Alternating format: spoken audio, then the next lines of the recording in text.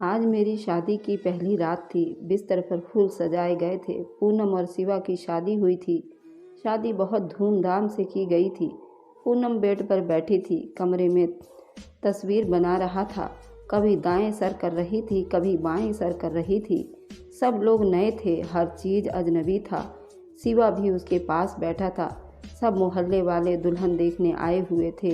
पूनम नज़रें झुकाए बैठी हुई थी। रात के 2 बज चुके थे। वह बहुत थक चुकी थी। भूख से बुरा हाल था। सब चले गए। दरवाज़ा बंद हुआ। शिवा पूनम के पास आया। ऐसा करे, कपड़े चेंज कर ले, थक गए हैं। पूनम ने ड्रेस चेंज किया। भूख से उनकी हालत बेहाल हो रही थी, लेकिन क्या कर सकते थे। शिवा उनको उसकी थकान से क्या वास्ता था। वह तो मोहब्बत भरी बातें करना चाहती थी। पूनम को अपनी मर्दानगी का रोब झाड़ते हुए बोला, देखो मुझे तमाशे अच्छे नहीं लगते। मेरी बातें कान खोलकर सुन लो। मैं बार बार ये बातें नहीं बोलूँगा।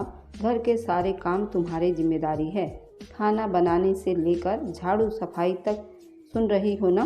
पूनम ने कहा, हाँ जी मैं सुन रही हूँ। पूनम ने सोचा कि मुझे शायद कोई गिफ्ट देगा, कोई मोहब्बत भरी बातें करेगा, लेकिन उसको पूनम से काम करवाने की फिक्र थी। शादी के दिन गुजर गए। हाथ में झाड़ू, मुकद्दर में किचन लिख दिया। जेठानी से जेठ लव मैरिज करके लाया हुआ था।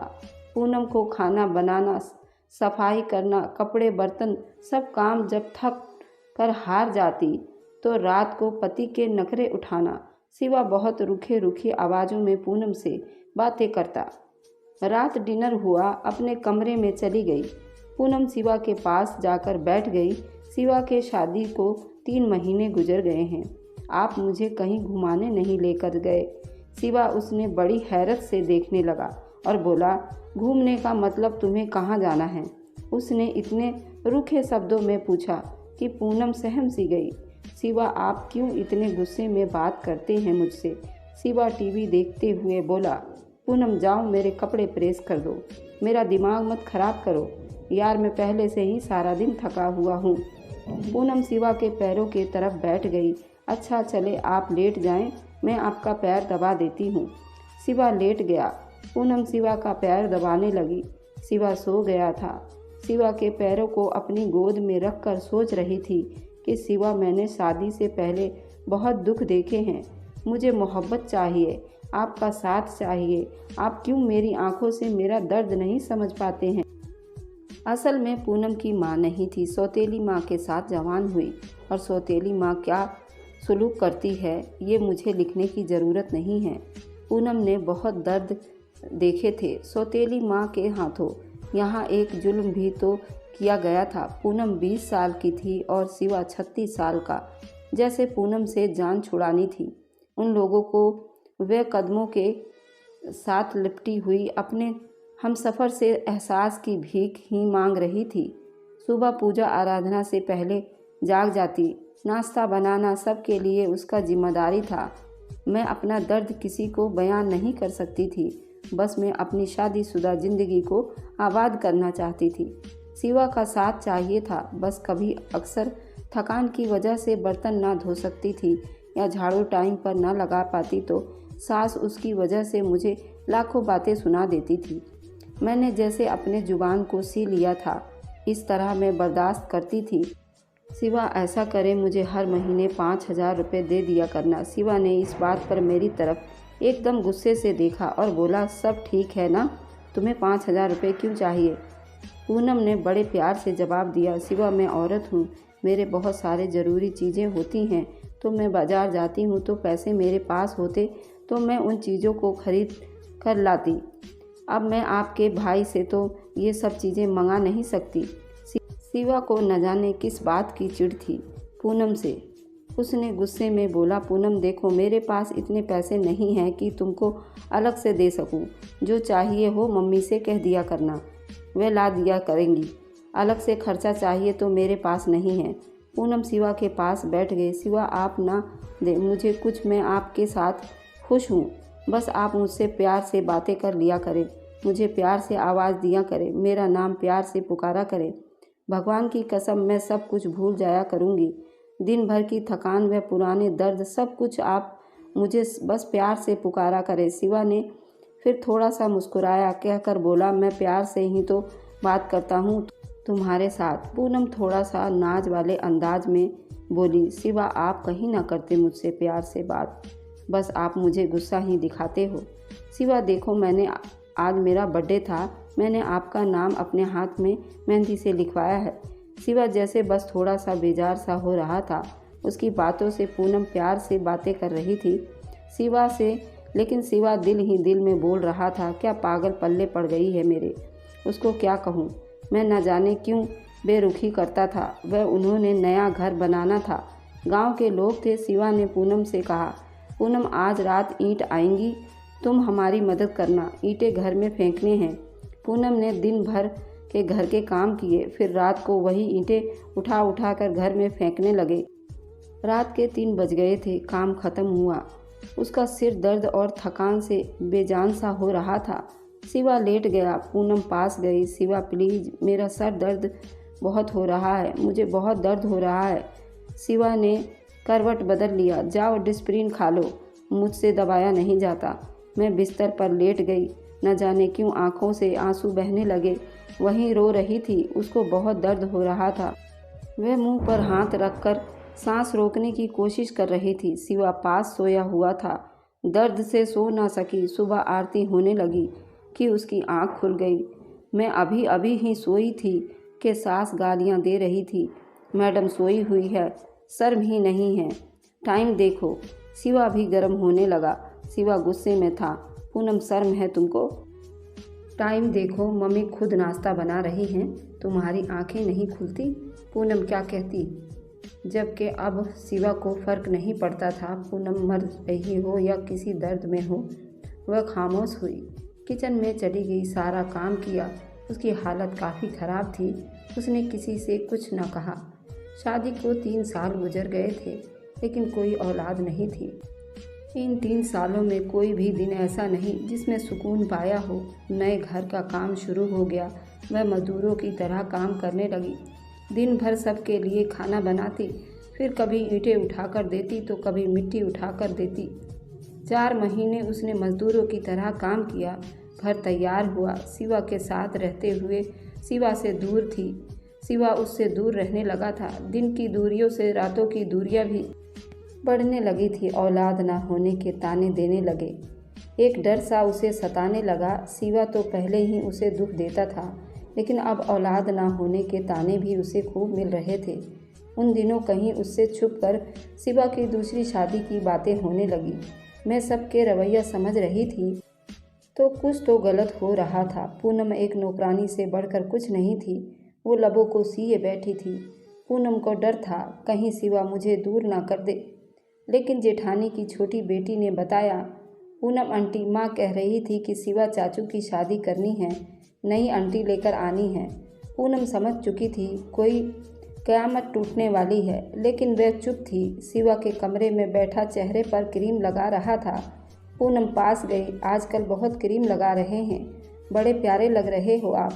पूनम शिवा के कंधे पर सर रखकर बता रही थी कि शिवा आप खुश रहें हमेशा। मैं भगवान से यही प्रार्थना करती हूँ आपके लिए, आपके साथ ही तो मेरा सब कुछ है। जैसे वो एक दर्द दिल में छुपाकर खुद को समझा रही हो। शिवा मुझसे कभी नहीं छोड़ेगा। और फिर वह दिन आ ही गया। लड़की वाले शिवा के घर आए। सास ने बड़ी सख्ती से कहा, खाना बना लो और अपने कमरे में चली जाना, सामने ना आना। मनहूस वह इतनी बेरुखी समझ रही थी। उसने शादी के बाद एक काम सीख लिया था, दर्द को छुपाना, खामोशी से रोना और शिकवा न करना। और वापस पलट कर देखती तो सौतेली माँ थी जो उसे वापस कबूल न कर सकती थी। सामने शिवा की शादी थी जो कभी भी धक्के देकर निकाल सकता था। शिवा का रिश्ता तय हुआ। कुछ दिनों में ही वह दूसरी बीवी को शादी करके ले आए। जिस कमरे में वह शिवा के साथ रहती थी, आज उस कमरे में शिवा के बाहों में कोई और थी। उसे अलग से एक कमरे दे दिया था। वो हसरत भरी निगाहों से देखती रहती। शिवा अपनी दूसरी बीवी को बाहर घुमाने ले गया। वह बहुत खुश था, लेकिन एक दीमक सा दर्द पूनम को खाए जा रहा था। घर के काम, दिन भर की थकान, रात की तन्हाई, तन्हाइयाँ, दर्द बेपनाह, लापरवाही नई दुल्हन को बहुत प्यार कर रहे थे, लेकिन पूनम एक कोने में पड़ी शायद मौत के करीब आ गई थी।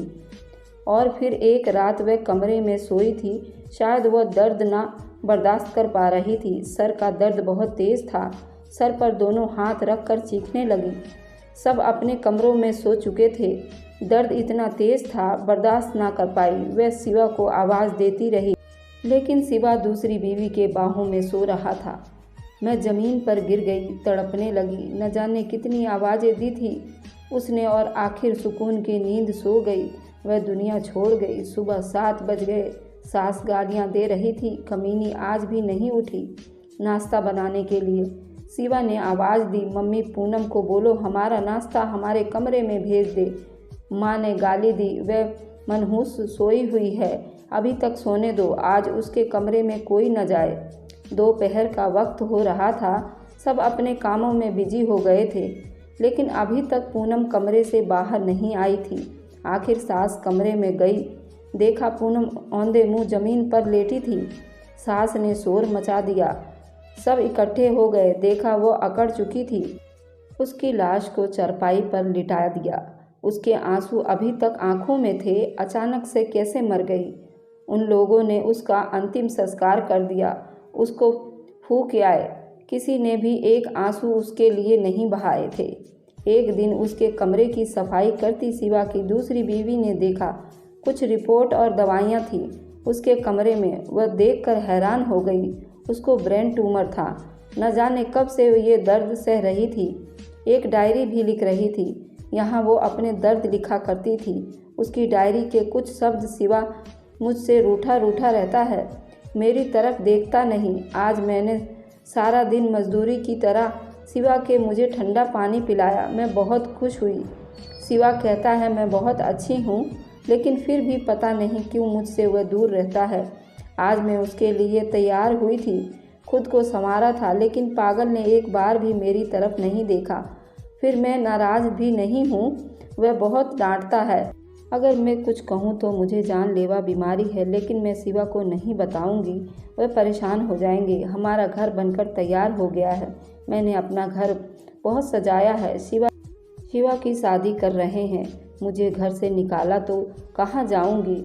मेरा तो कोई है भी नहीं, बस नौकरानी बनकर मरने तक यहीं रहूँगी। शिवा अपनी दुल्हन से बहुत प्यार करता है। अपनी दूसरी बीवी को बर्गर ला कर दिया। मैंने कहा मुझे भी ला दो, कहता है तुम बर्तन धो जाकर, दिमाग न खराब करो। मेरा भला, मैंने बर्गर ही तो मांगा था। आज सुबह से मेरी सांस रुक रही थी, ऐसे लग रहा है मेरा वक्त करीब आ गया है। काश शिवा की बाहों में मर सकती, काश शिवा मेरा दर्द समझता, मुझे सीने से लगा लेता, मैं सुकून से मर जाती। शिवा आप कभी मेरी डायरी पढ़ो तो खुद को मेरी मौत का जिम्मेदार न ठहराना। मैं बहुत प्यार करती हूँ आपसे, बस नसीब से हार गई हूँ। शायद मेरी किस्मत में खुशियाँ नहीं लिखी थी। और हाँ पागल, एक बर्गर ही तो था। कंजूस, तुम मुझे बर्गर ला कर दे देते तो क्या हो जाता। डांटने की क्या ज़रूरत थी। अपनी दूसरी बीवी का ख्याल रखना। मैं तो नहीं होंगी, जब आपके यहाँ औलाद हुई ना तो मेरी अस्थियों के सामने ज़रूर आना। एक बार तुम्हारी पूनम, मुझे बहुत दर्द हो रहा है, अब लिखा भी नहीं जा रहा। शिवा दिल चाह रहा है कि आपके पास आ जाऊं, लेकिन अब सब कुछ अधूरा रह गया। पूनम खामोशी से मर गई। शिवा की डायरी पढ़कर बहुत रोया, लेकिन अब रोने का क्या फ़ायदा था। वो बेचारी न जाने कितना रोई थी। उसकी अस्थियों के सामने बैठकर बहुत रोया और माफ़ी मांगने लगा, लेकिन अब माफ़ी मांगने या कुछ भी करता तो वह कहाँ लौट कर आने वाली थी। ऐसे न जाने कितनी पूनम आज भी है जो अपने हमसफ़र की बेरुखी जी रही है, जो दर्द सहती है, शिकवा नहीं करती। अरे बेकदरों, अपनी हमसफ़र को मोहब्बत से देख ही लिया करो। भगवान की कसम, हर दर्द दुख भूल जाती हैं। हमसे पहले कोई पूनम दुनिया से न चली जाए, और आप जब तक समझ में आए देर हो चुकी होगी। ये थी मेरी इमोशनल स्टोरी। तो कैसी लगी दोस्तों आप लोगों को ये इमोशनल स्टोरी, कमेंट में ज़रूर बताएं। जब तक के लिए धन्यवाद। Thanks for watching, like and subscribe, bye bye.